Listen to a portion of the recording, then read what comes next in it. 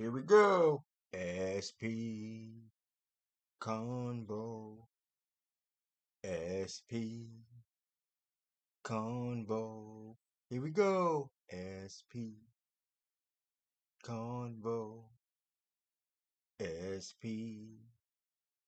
SPconvo. Let's do it.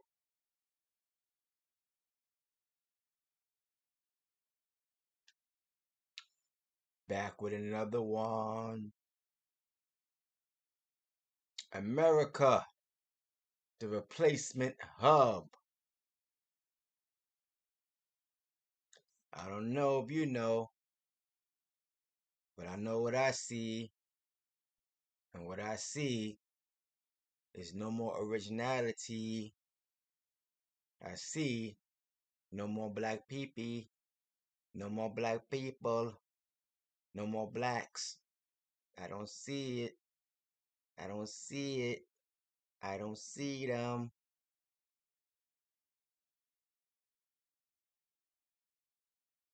I don't see them. They're not in Harlem. They're not in Brooklyn. They're not in the Bronx. They're not in Queens. They're not in Long Island. They're sprinkled in New Jersey. They're not in Connecticut. I don't see them. Why is that?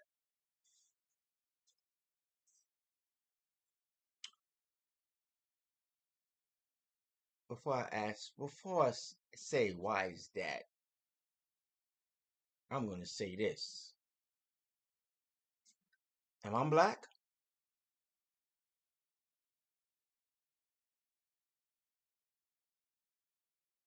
My skin color is black or dark brown, but am I black?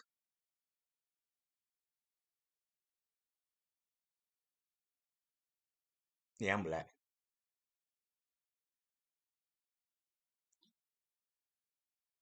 But I'm black with a history that was just told to me due to certain reasons and certain situations.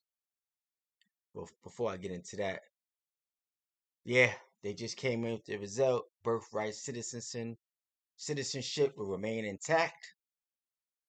Birthright citizenship will remain intact. So that means it's the same old, same old, same old.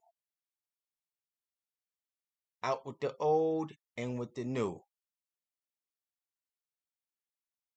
So this is what brought me to calling America the replacement hub. So let me give you a story. When I was young, my father had shared something with me. He said he fought hard for a promotion at his job, worked with the company a long time, went to school, got the certifications on top of the labor that he already gave the company for 10 years. He was due up for, let's say, set amount of, at that time, it would be equivalent to right now, $25 an hour. So let's say back then, $8 an hour. So this is more than 40, let's say solid, more than 40 years ago.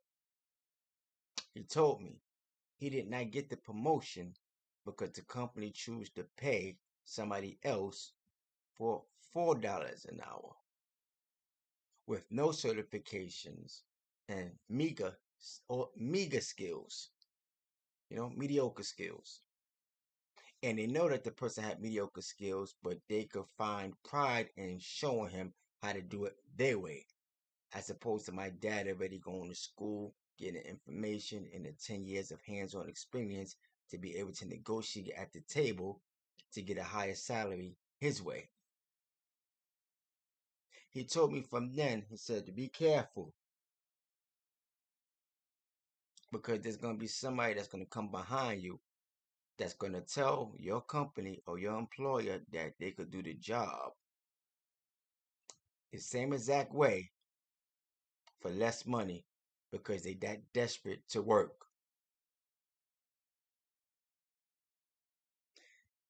He said So I was not able to provide good for you because I got shortcutted by somebody else that looked just like me, but don't speak my language and don't understand how I live.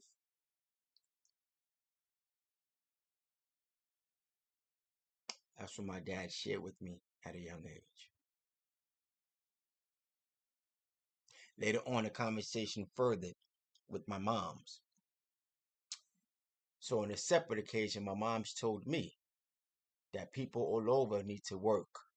Everybody don't have the same level of education, the same level of skills, but that still should not that should not make a definitive result to why a person should or should not have be able to have an opportunity to work. So when I said to myself, being a young guy, I said, but daddy said he went to school, worked hard for the things that he wanted, and he should be able to get a promotion without having somebody take the money from him and give it to somebody else. My mom's my mom's ideology was, hey, it's unfortunate, but everybody gotta work, everybody gotta live. It's unfortunate that your dad went to school and got these certifications, but there's somebody that's coming from somewhere else that in their country not able to have the education. And America is the country that give everybody an opportunity to have something. And yes, it's messed up that your father was programmed to go to school in order to do better and have more. But this guy here, wherever country he came from, don't have the opportunity for him to excel. But America give you a ground-based foundation for you to have. So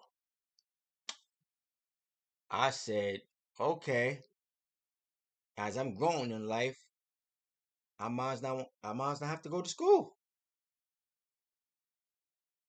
Now, of course, I went to school and got my certifications, high school diploma, my college credits.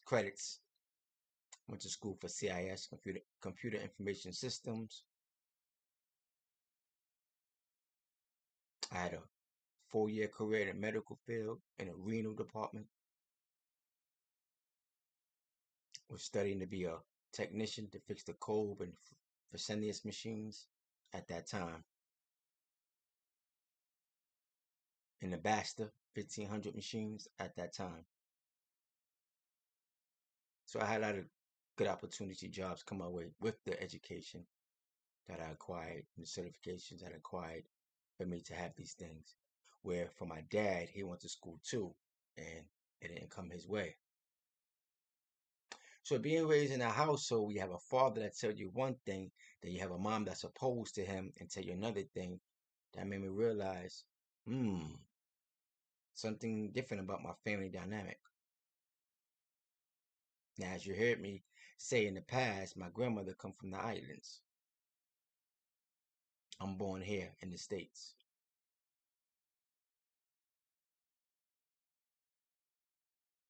So I understand both sides of the coin.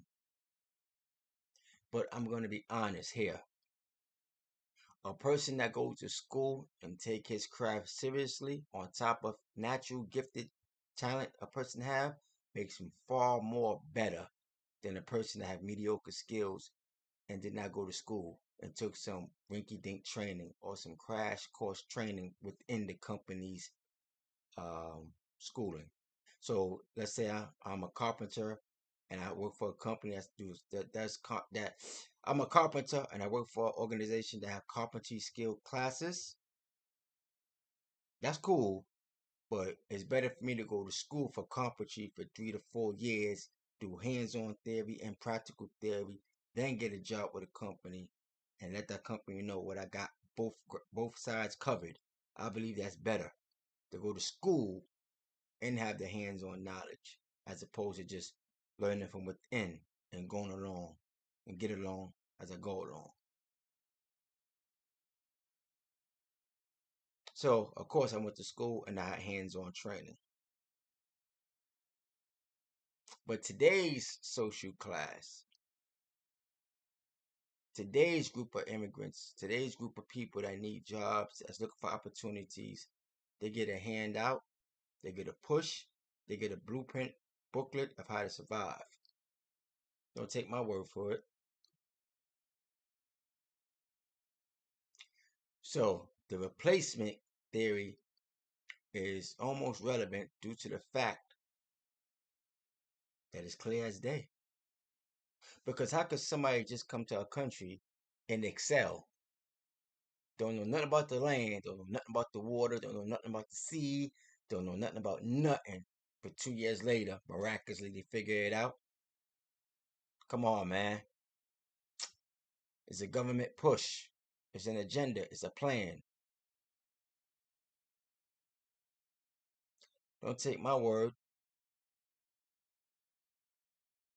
Let's get into this first 30-second clip to get an understanding. Fair use. Everything I'm playing is in fair use for educational purposes only. Shout out to the original content creators of all these content that I'm about to play.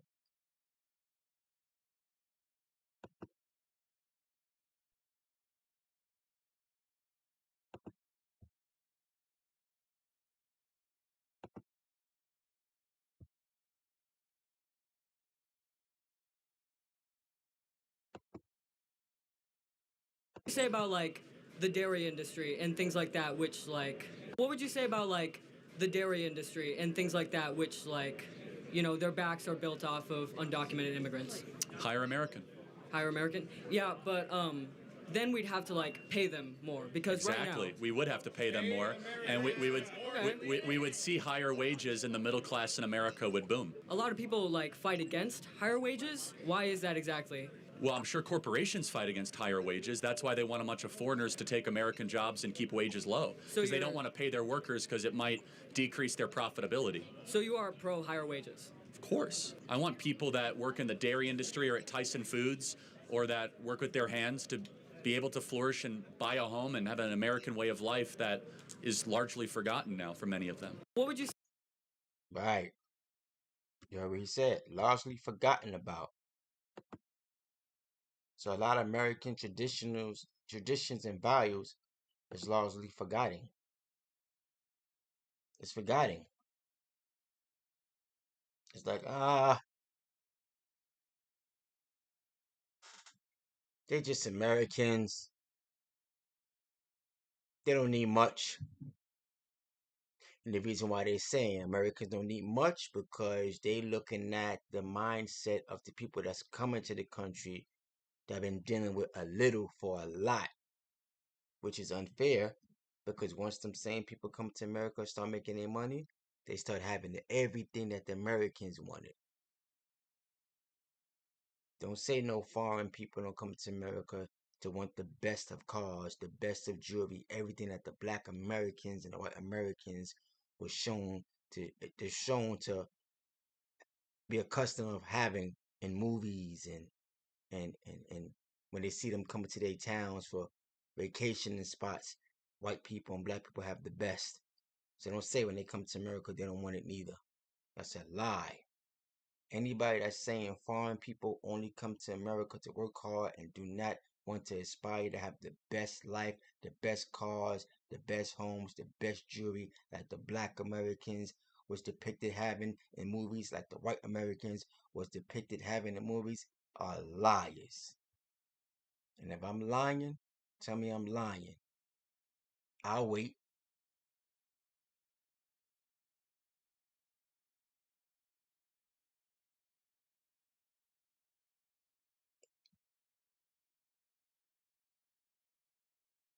The reason why I'm saying, if you disagree with me, that you're a liar, because my family on my mama's side that came from the islands had homes.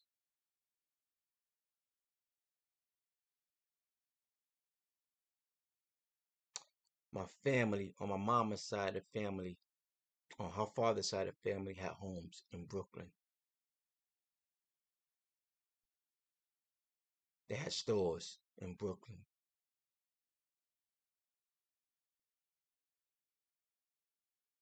So everybody wants the best. What they do is they come to America letting the corporations know that they do it for less. So they play the game of acting like they're very meek and docile, and they're so grateful to be in America until they build their numbers up or build a community up, and then the nonsense start. Who they really are shows.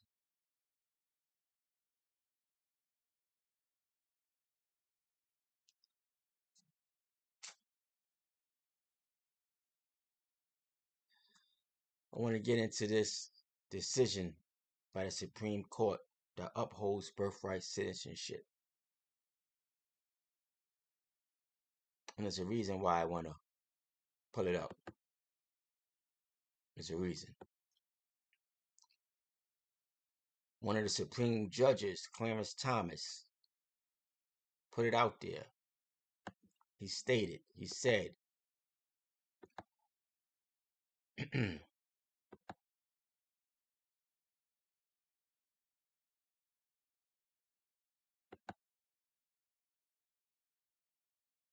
the citizenship clause added greatly to the dignity and glory of the American citizenship.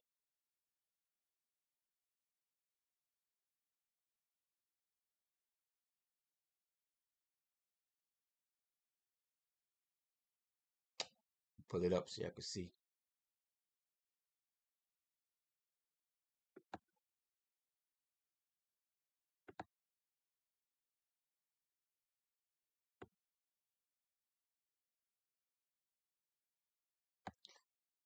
In a 91-page dissent, Clarence Thomas says court devalues citizenship.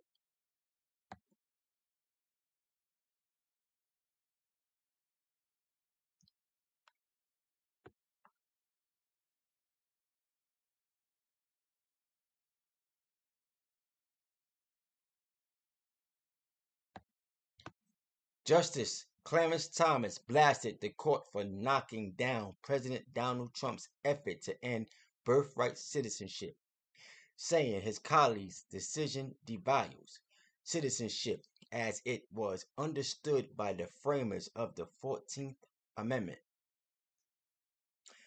Quote, I am not sure that today's opinion will stand the test of time, he wrote. The citizenship clause added greatly to the dignity and glory of American citizenship. Today's opinion devalues that citizenship. I respectfully dissent, he wrote. Thomas, whose dissent was joined by fellow conservative Justice Neil Gorsuch, said the majority had repurposed the 14th Amendment to protect its own set of preferred rights, and that its decision could not be squared with the test of the amendment. Now, he wrote 91 pages. Clarence Thomas wrote 91 pages saying that this country is going to be changed. Changed.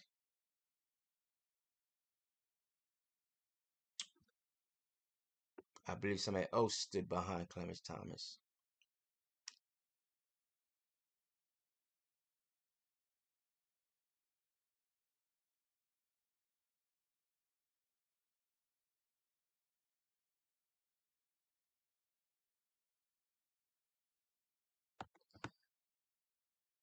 Kavanaugh's writing on Birthright, Justice Brett Kavanaugh wrote a bit of a strange opinion, explaining that he was concurrent in the judgment, but also dissenting in part.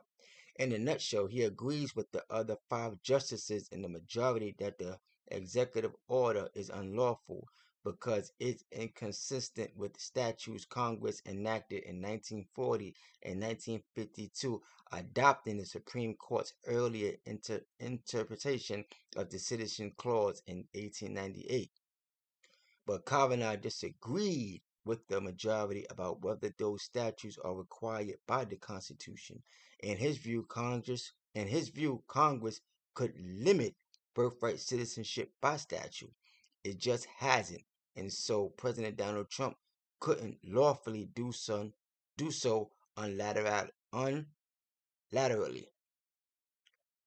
Thus, President Trump loses 6-3, but the court split 5-4 on whether a future Congress could do what President Trump could not.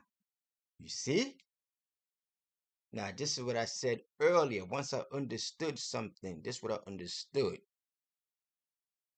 There was a water gap payment that allowed how much money a political party could receive.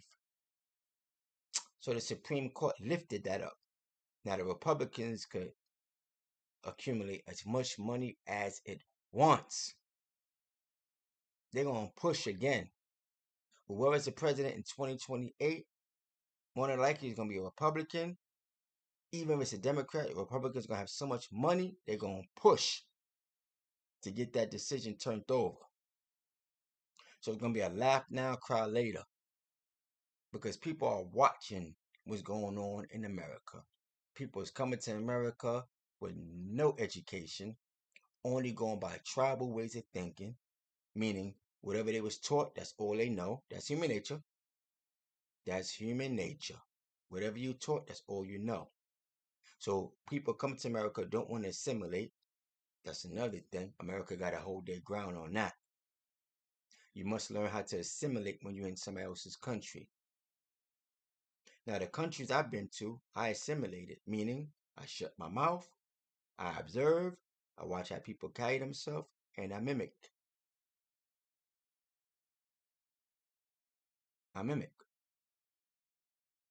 Certain words they use, if I can pronounce it, I pronounce it. In a certain country, hello is tere. Tere. That's how you say hello in a particular country. I learned that my second day. So, I believe in humanitarian. I believe that everybody needs to live, everybody needs to eat, everybody has to survive. What I don't believe in is people going to another person's country looking down on the citizens of that country.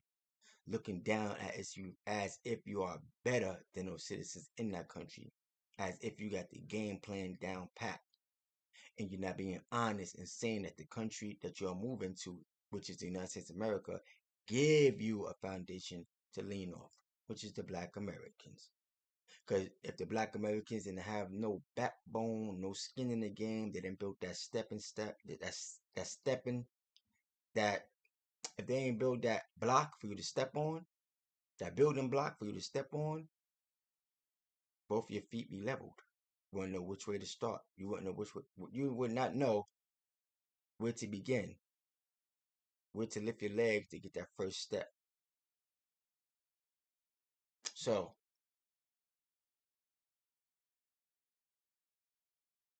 the replacement theory is to have people come to America under the guise that they're looking for work, but to replace the original culture of the United States of America, which is this: fair use.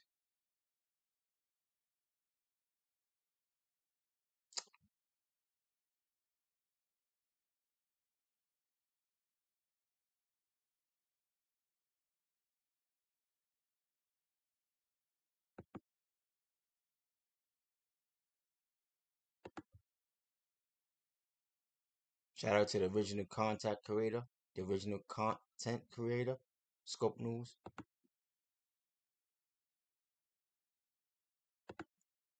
The brownstones are polished, the corner stores replaced with oat milk cafes.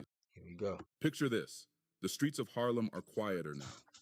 The brownstones are polished, the corner stores replaced with oat milk cafes, and the laughter of generations of Black families who once called this city home is fading into silence. A passing car blasts soca music, a rhythmic echo of a new cultural wave. But where are the bass lines of Eric B. and Rakim? The unapologetic funk of James Brown? The pulse of Big Daddy Kane echoing from boomboxes on stoops? That sound, raw, powerful, unmistakably Black American, is gone. This is not the New York of the 1980s or even the early 2000s. This is something different. For over a century, New York was a northern beacon for Black Americans escaping the violence of Jim Crow. But now, those same communities are vanishing, slowly, quietly, and almost no one is asking why. This is not just about gentrification. It's not just about rent. This is about the erasure of legacy. Heard what he said. The erasure of legacy.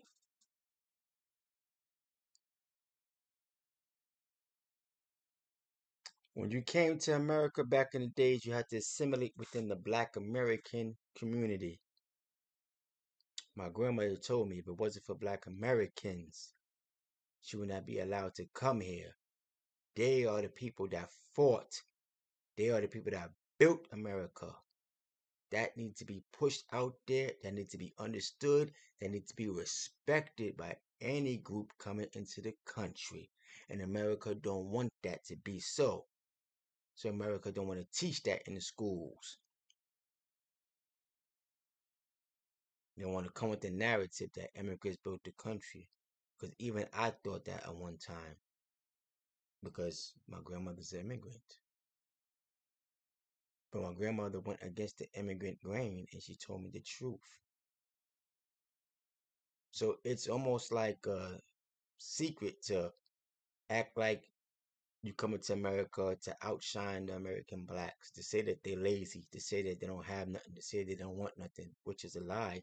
Because if Black Americans did not work, we won't have no America. If Black people was non-working people, it wouldn't be no country.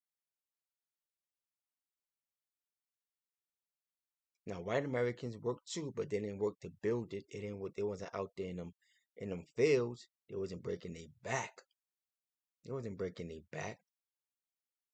What they're responsible for is having an idea, writing things down.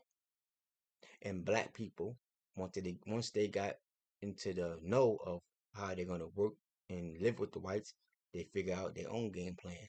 Because right after slavery, Tulsa, Black Wall Street, all these different developing, booming cities and states flourished under Black rule. So that's way back there. But way back there is where we at now. The past, dictates the future. The past dictates the future. Here's my synopsis. Say my grandmother came from a rich background. She had children. She taught her children everything. But let's say her daughter, out of her children, decided to live her own life. She dropped out of school. She didn't do nothing. Now her children become a whole new group of people. So her not listening to her mom, the past, made a future of children within amounting nothing. The past makes the future. Now, without getting all technical, leave it at that. Because you're always going to find somebody that want to go to and from and say, if that's the case, then why this? If that's the case, then why that? Listen, man, you know why. All it takes is one thing to change the dynamic of something that was to something that is. That's all it takes is one thing. You understand? Something that was a whole apple, a knife past that apple, now it's a split apple. It was a whole, now it is a split apple. That's it. So, the replacement theory. Now, I could get further into this video, but I think just right there was enough to get an understanding of somebody's not wanted. But yeah, I'm going to go a little more deeper.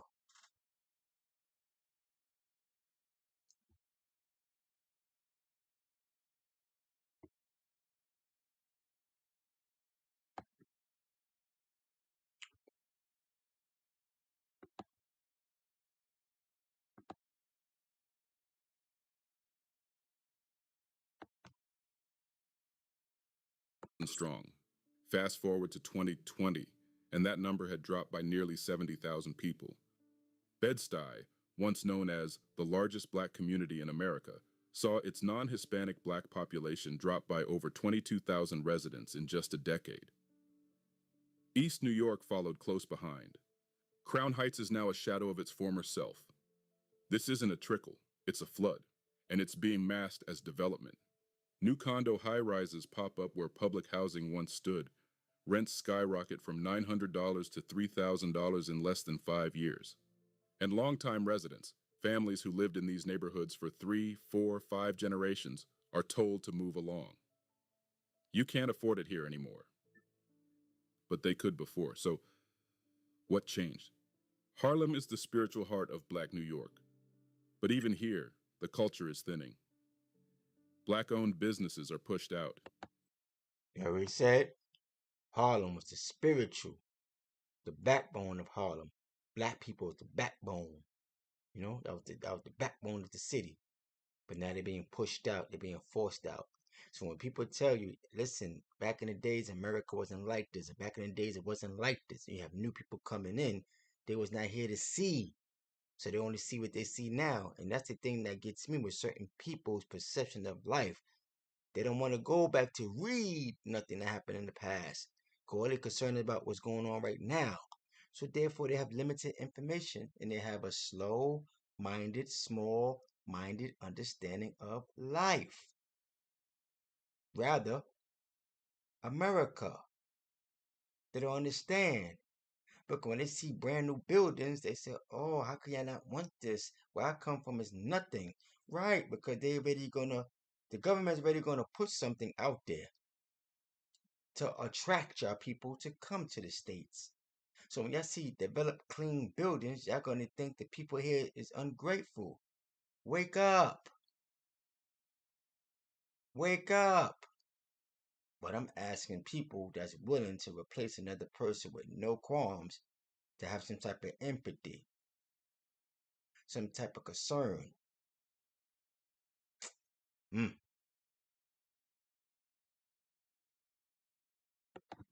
Historic churches are closed or converted into luxury condos. The Apollo Theater still stands, but the community that once filled its seats is leaving in droves.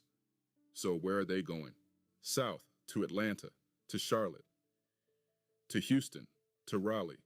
This modern reversal of the Great Migration is pulling thousands of Black New Yorkers toward places with lower rent, job opportunities, and, most importantly, respect. The census tells the story. See? I just said that word, respect. That's what I said, indirect. People is coming to America not having no respect for Black Americans. That's how my grandmother raised me, to have respect for American Blacks. She said this is their country. And without them fighting, she would not be able to allowed to come here. She would not be able to come to America. Because just look at it this way. Let's say the white people of American government at that time wanted Black people or people of color from around the world here. How would they fare? How would they do well in the country? They don't have nobody to identify with, to latch on with, to say, oh, this is how it goes. Because once you come to America, then white people are not going to want you with them. You cannot come to America and move in white. You cannot come to America and move in with white people and be amongst them and think you're not going to get no type of who them. What? Let alone you speak a totally different language than the American Blacks. You have an accent. You have a different scent. Your style of cooking is different. You think they was going to be accepting of that? Nah. So the Black Americans is already here. It's like a buffer. You could ease your way into the white community because they're going to say, oh, you're a Black person. Oh, but I'm Black from so-and-so. Oh, what is that? But they give you the time to express who you are and what it is because they won't be as frightening and afraid of you because they grew around Black people. So their mindset is one Black, all Black. So it benefits those outside of the average Black diaspora of United States American Black-born people.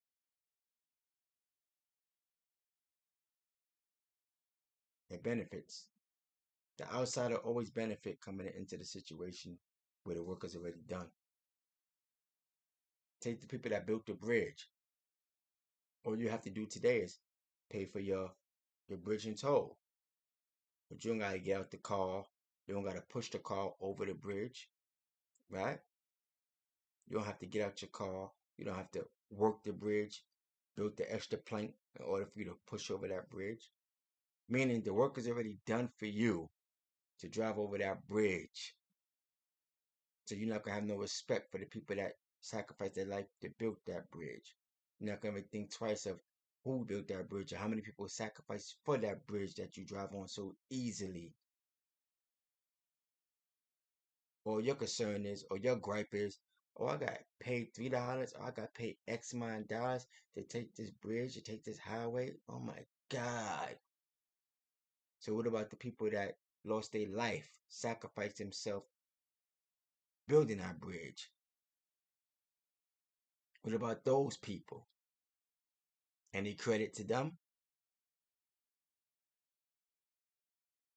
Any credit to them? Nope. Because they wasn't there to see the struggle, to see the sacrifice. So it's it had to be done. Somebody had to do it. If it wasn't done, it could have been us. The nerve. The nerve.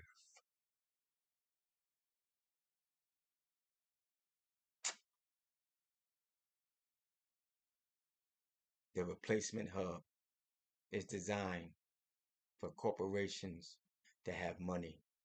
It's designed for people who love power to keep themselves in power and don't get no talk back, no take back. Because the new people that come into America, they never gonna disrespect the government. Whatever got to be done, they gonna do it. Now, don't get me wrong. You have those that's gonna fight back and do crimes and live rebellious. That's humanity. Every human being have some of that in them. All across the world, no matter where you're born, you have your haves, your have-nots, your goody two-shoes, your bad people, your criminals, your happy-go-luckies, your free-spirited people, your dropouts, your failures, your bums, your worthless, your waste man. Every society has it. So America is no different. But the Americans in America, they stand tall and they fight. They push back. If they don't like it, they're going to speak on it. They're going to let it be known. While other groups is going to say, okay, whatever you say, I do it. Whatever you say. Because that's the only way they know. Because they don't want to go back to their country. Because there's nothing there. There's nothing there other than self-identifying or feeling gratified, feeling satisfied that they know this is where they came from. Other than that, there's nothing there. No matter how much they try to say there's something there, there's nothing there. Because who leave their home to go somewhere else? Nobody. I don't care how dirty my home is. I don't care how nasty the people that live with me in my home. If that's my home, I'm staying there. Unless I'm not being treated right. Unless something's not there for me that I'm looking for. If I'm looking for a goal, I'm looking to have something. My country cannot provide that for me. Yes, it's sad that I have to leave my home to go somewhere else. But hey, if you want to push and you want something out of life, that's what you're going to do. You're going to do it because you want it.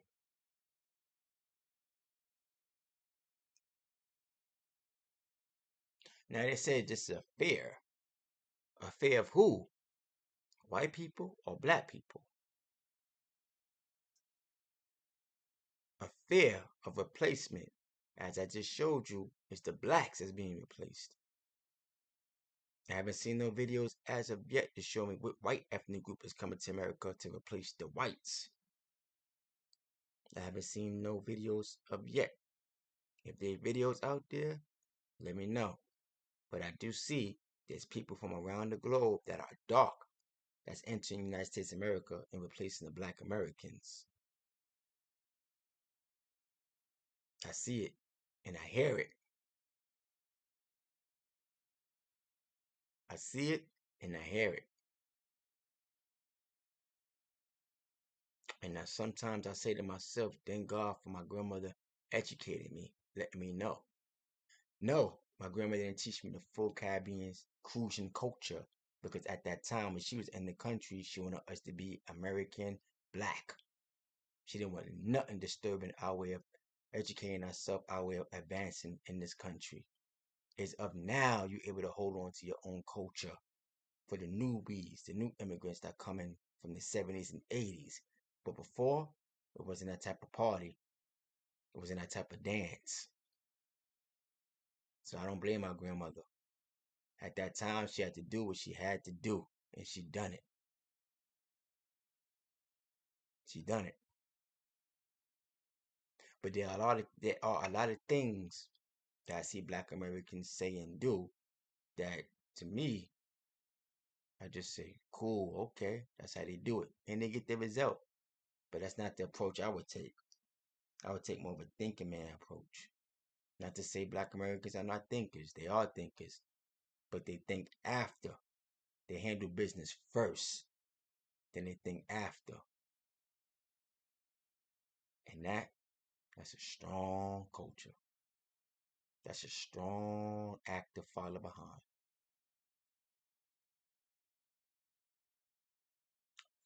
Let's get into this next one.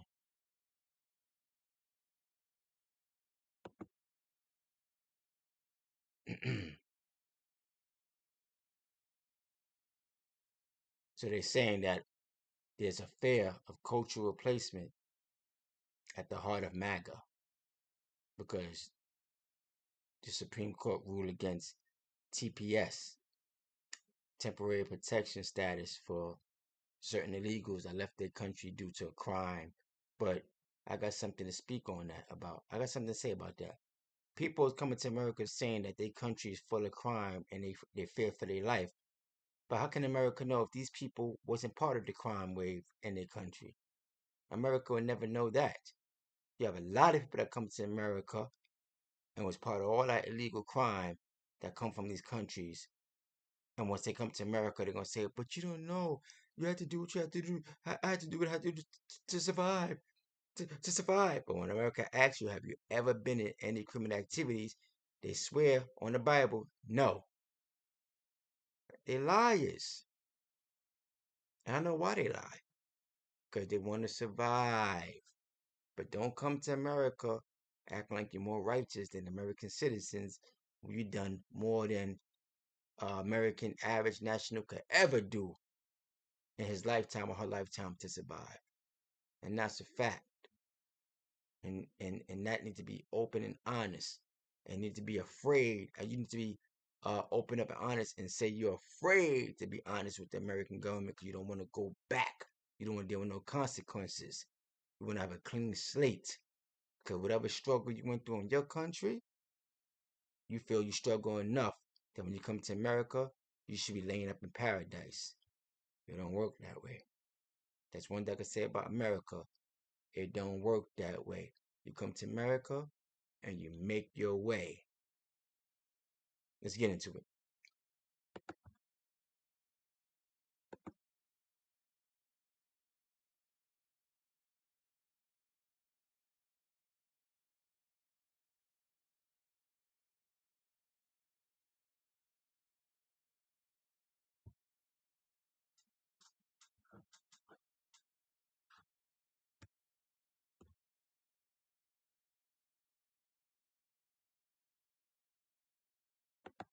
Towards the Dilley Immigration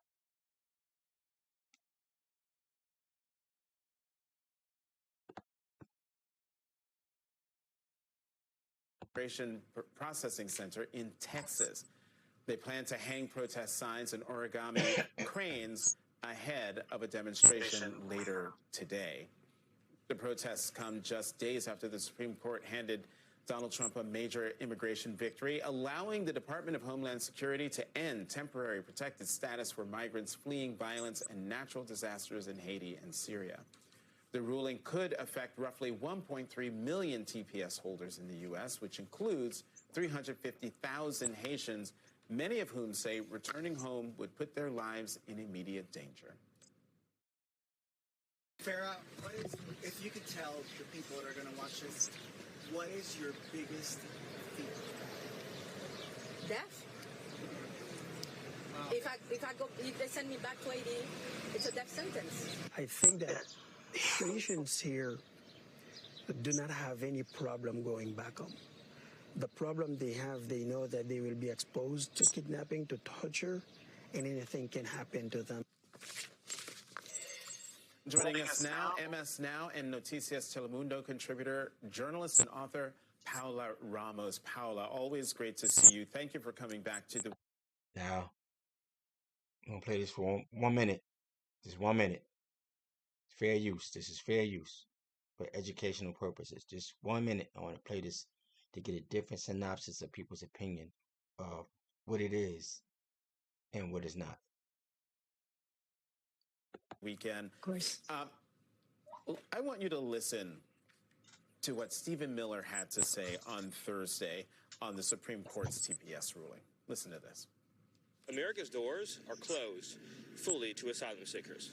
We've set up agreements where if you want asylum, then we will find a country elsewhere in the world to take you. It's very simple, a very elegant, a very complete solution. Does the administration consider Haiti a safe country now? For Haitians, absolutely. For Haitians? Yes. Why do not travel money? Yes, so yes, Haitians live in Haiti. It's not our position that Haitians should leave Haiti. I mean, it'd be crazy for us to say that Haitians couldn't live in Haiti. It's their country. Of course Haitians should live in Haiti. Paula, especially that last comment, just to me, just screams like how unserious these people are in general, but how unserious they are about immigration and why people are leaving countries like Haiti. This isn't out of, And you see this man right here that's speaking.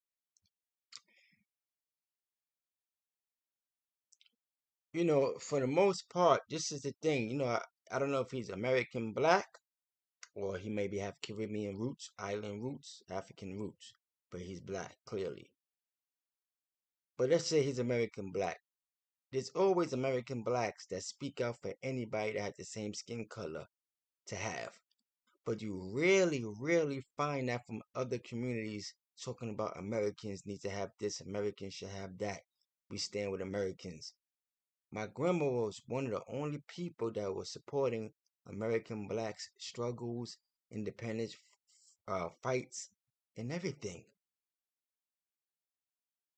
And yes, my grandmother had told me too, for the most part, stay quiet, keep your head low, do what you have to do. And I've done that. But this man seemed like he's ready to be in defense of the Haitian community.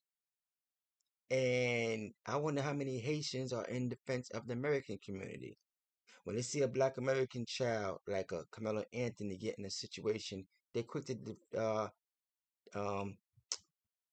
demoralize him. They don't want to hear the full story. Oh, he harmed a white guy, that's it, he's violent. But let it be a Haitian harm a white person, a black American come to his aid and say, no, listen, it don't go that way, give him the benefit of the doubt, X, Y, and Z. Yeah, American will always come to the defense of anybody that have a black skin color. But I don't know why, to a certain extent, it's not like that from other people that are black when it comes to Americans. And I don't want to believe that, because they're American, they got everything, they're really privileged, they have everything, why they need our support for what they really have. I don't want to believe that people are that small-minded. But I would like for somebody to say why they feel American blacks and they no support from other blacks. I just really want to understand why, if that's the case. Leave that in the chat, man. Put that in the chat, leave a comment, let me know if that's the case. A trip that they just decided to extend, their lives were at risk. Of course, I mean, contrast what we just heard that Stephen Miller said with what Farah said, the TPS folder that you had on her screen. She said it very clearly. She said it's death. You know, to return means death. And if you just look at what the United Nations has found in Haiti, and just in the last year, to return back to Haiti is a death sentence. The numbers show a very clear story. 1 in 10 people are homeless in Haiti right now. Just this year, just in 2026, over 2,000 people have been killed in Haiti. Over 100 people have been kidnapped, and they're facing over 1.5 million displaced people in Haiti. And so, whether you're a TPS holder that is Haitian, Syrian, potentially the Venezuelans, Hondurans, Nicaraguans, what this administration is doing is essentially pushing hundreds and thousands of people that have been living legally, working legally, and contributing to the economy in this country, billions of dollars every year, by the way. And they're essentially pushing them into this horrible corner where they're literally facing these life and death situations. My only pushback on that is why they're so proud to be from those countries that they don't want to go back to. They're so proud to be from these countries that they don't want to go back to. They have not done like my grandmother done with her grandkids and make sure their children assimilate into Black American culture so they can hide and be safe and be protected. No, they want their children to stand out and say they're proud to be from X, Y, and Z. And then when America figure them out, they run scared. That's my only take. Yes, the Constitution may say you have freedom to this, freedom to that, freedom to that, but you gotta understand, man. Use your intelligence. America is a big game, and you have to be intelligent and learn and know how to play the game. A lot of twists and turns. A lot of psychology went into building this country. And it give you a free ticket. If you say you don't like black people, you in the game, you get to the first base. You gotta figure out second, third base before you can score home. Ain't no other country gonna give you that. Once you learn in a country, you gotta figure out how to get the ball into the field to get on first base. If this was a game of baseball. So, I understand what she just got finished saying, but these people know what it is. And everybody have their time. Everybody have their time. Because if you're really in fear, you don't come to a new country and have such big wings. People that's afraid don't walk around brave. People that's afraid is closed mouth, quiet, and they cower. They stay low. Only a person that feel like he or she is a bully and they pride and they tough, there's the one that walk around a certain way. Goliath walked around a certain way until David finished him off.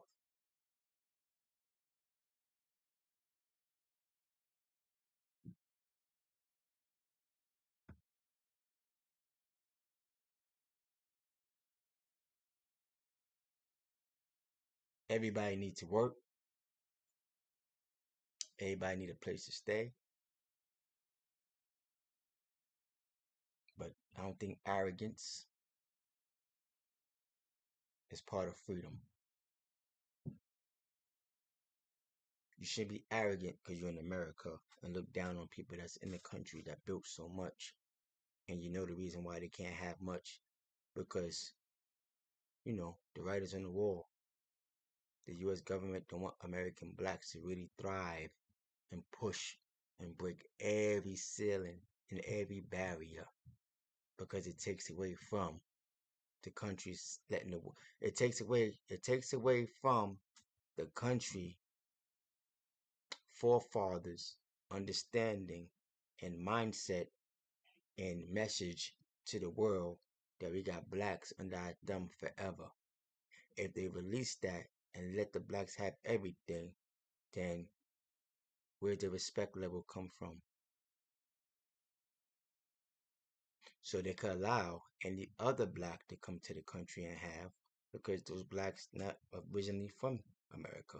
They could go back home and be proud and represent and make themselves feel large and, say that we did something. And they will always give credit to America for allowing them to have that. But the blacks in America, once they climb up to the top, they're not going to thank their country because their country put an obstacle there for them not to have it. And that's what it is. And that's why they want American blacks replaced. And now it's trickling down to white American blacks that are poor. They're not getting the jobs. The Asians taking their jobs, or the Mexicans taking their jobs. So there's a lot going on. But until the next time, family, friends, loved ones, gang, chat, YouTube world, enjoy. Enjoy. SPconvo.